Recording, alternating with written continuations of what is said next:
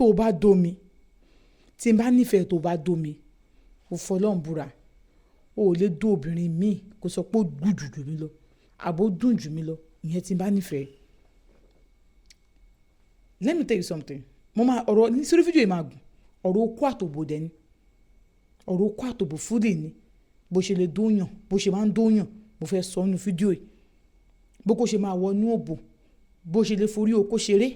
bó ṣe lè lá okó torí ẹ̀ mo ṣe pé YouTube ni mo post ẹ̀ sí torí òyìn ní wàhálà orí TikTok. Fídíò yìí 10 minutes ni ẹ reduce volume ẹ má pariwo ẹ̀ síta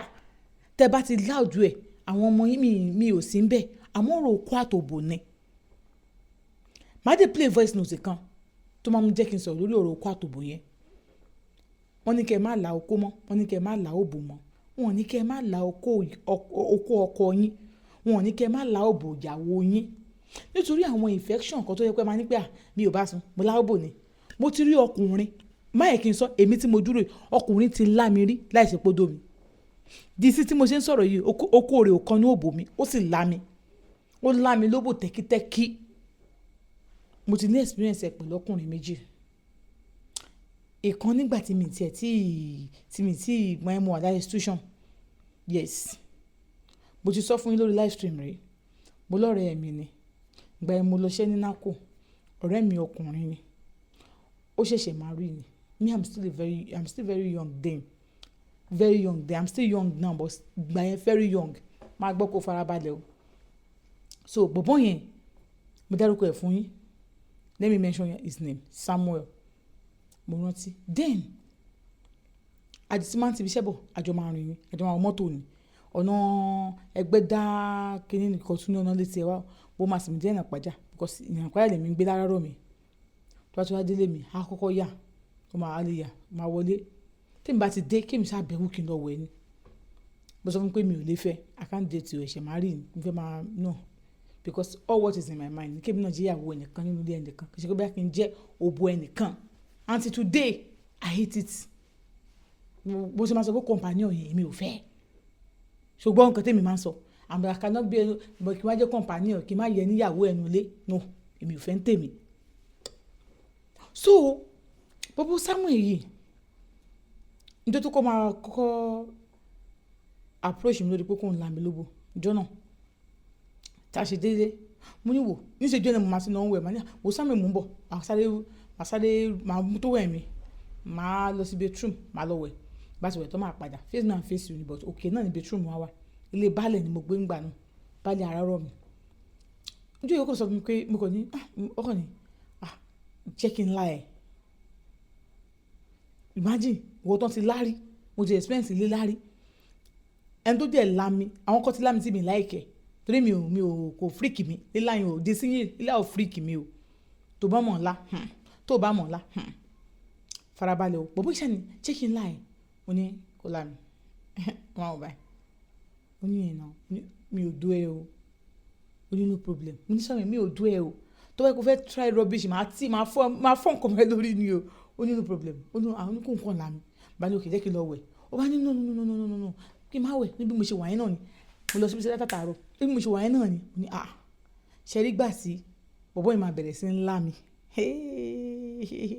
it's a very good lila la mi does not mean pé you do me it's a very good lila but mo ti ní intention pé bọ̀bọ̀ yóò lè do me ó dẹ̀ lámi níbi tó ti ń lámi dáadáa ó lámi mọ́ gbogbo òdì mi ni o ọmọ kọkùnrin kó mú ahọ́n síbi òdì ẹ̀ ó lámi pa pàtó wá lámi tán ló bá ń gbẹ́nu bọ̀ wá síbi ẹnu tó gbé bọ̀ wá síbi ẹnu mi báyìí ẹnu yẹn ó rùn sí mi gan let's be realistic reality show lẹ́ ń wò lọ́wọ́ I will not lie to you if I want to lie I will say I got to get this no the kind of òórùn tèmi gan gbọ́ mi láìkẹ́ òbó máa ń rùn naturally olójú òrùn bo oníbo ṣe máa ń àtàrọ̀ lọ bí tẹ́lẹ̀ àtàrọ̀ tó pé ṣòkòtò ni mo wọ̀ mo dé tó yẹ kí n lọ wẹ̀ kí n clean ara mi oníkùn ńlá mi point number 1 ó lá mi so àwọn nǹkan tí wọ́n sọ fún mi pé kẹ́ ẹ má máa lára yín kẹ́ ẹ má máa lá tó pé ọkọ ẹ̀ ò cheat ìyàwó ò cheat kí ló wà ń bẹ̀ tẹ́ bá lára yín since you are my husband kí ló tí mi lè gbókù ẹ̀ sẹ́nu since I'm your wife kí ló tó lè gbóbò mi sẹ́nu wọn nìkan ló ń tó kó bọ̀ ní òbò mi èmi ni òbò mi nìkan ló ń tó kó yẹn bọ̀ kí ló tí mi lè láì ó tún wá di pé ẹ̀yin ọkùnrin ẹ̀yin ṣe ṣìnà wọ́n dẹ̀ ní kì í ṣe gbogbo ọkùnrin ló ń ṣe ṣìnà ẹ̀yin ọkùnrin ẹ̀yin ṣe ṣìnà àwọn obìnrin náà ti ń ṣe ṣìnà nísìn so I trust ara wa ló fi di pé ká mọ̀ lára wa lóbò àmọ́ tí wọ́n bá trust ọkọ ẹ̀ tọkọ ẹ̀ náà trust ẹ̀ kò sí ìkọ̀tún ní kọ́kọ́ ẹ̀ má tàn án sí ẹ lóbò mo dẹ̀ má sọ fún pé wọn kì í tàn án bọ̀ ní òbá bẹ́ẹ̀ kọ́ wọ́n máa ń fa hàn láàbò ni.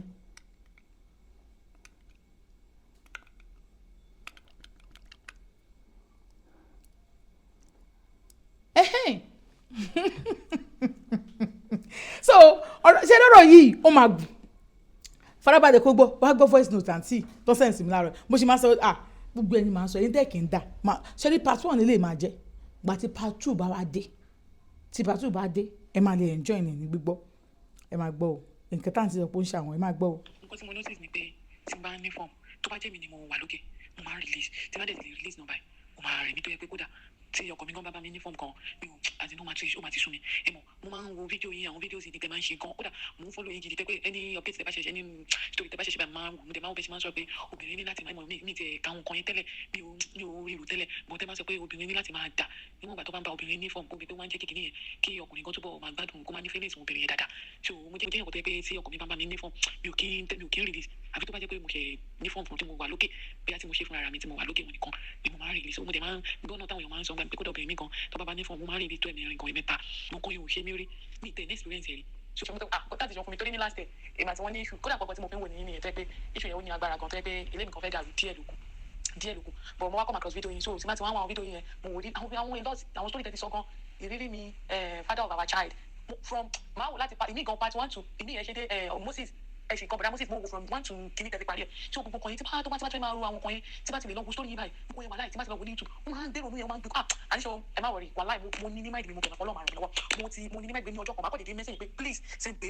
débi pé àti ohun ìgbè parọ́ kọ̀ọ̀fẹ́ tí màá tọkọ̀ nígbà yẹn tábàjọ́ ní sex so tí bá ti dé pé ẹ̀mẹ̀kọ́ sọ pé tí bá wà on top ni mo máa tó rìn tí bá ti wà on top yẹn tí bá dé pa ní sex bá tí bá ti tó táìsì mo fẹ́ rìn sí bá orí yẹn kọ́ máa fọ́ mi ní débi pé ó máa dàbí pé wọ́n lajú mọ́ mi lórí gidi ni o débi gbogbo ara mi báyìí ó máa gbọ̀n ara mi máa gbọ̀n mi ò ní kẹta mo rí yẹn máa fọ́ mi kan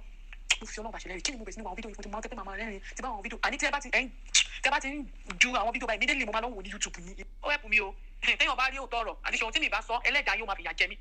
mo fi ọjọ́ tó máa kù mí kọnu sàárè tó jẹ́ pé kò ní sí anybody èmi àti iṣẹ́ ọwọ́ mi ní ó kù nínú sàárè wàláì alukuriani mo fi búra sí fídíò yìí ó ẹ̀pù mi mo fi ọjọ́ tó máa kù mí kọnu sàárè mo fi búra sí ó wù mí kí n ra kan lọ́wọ́ yìí o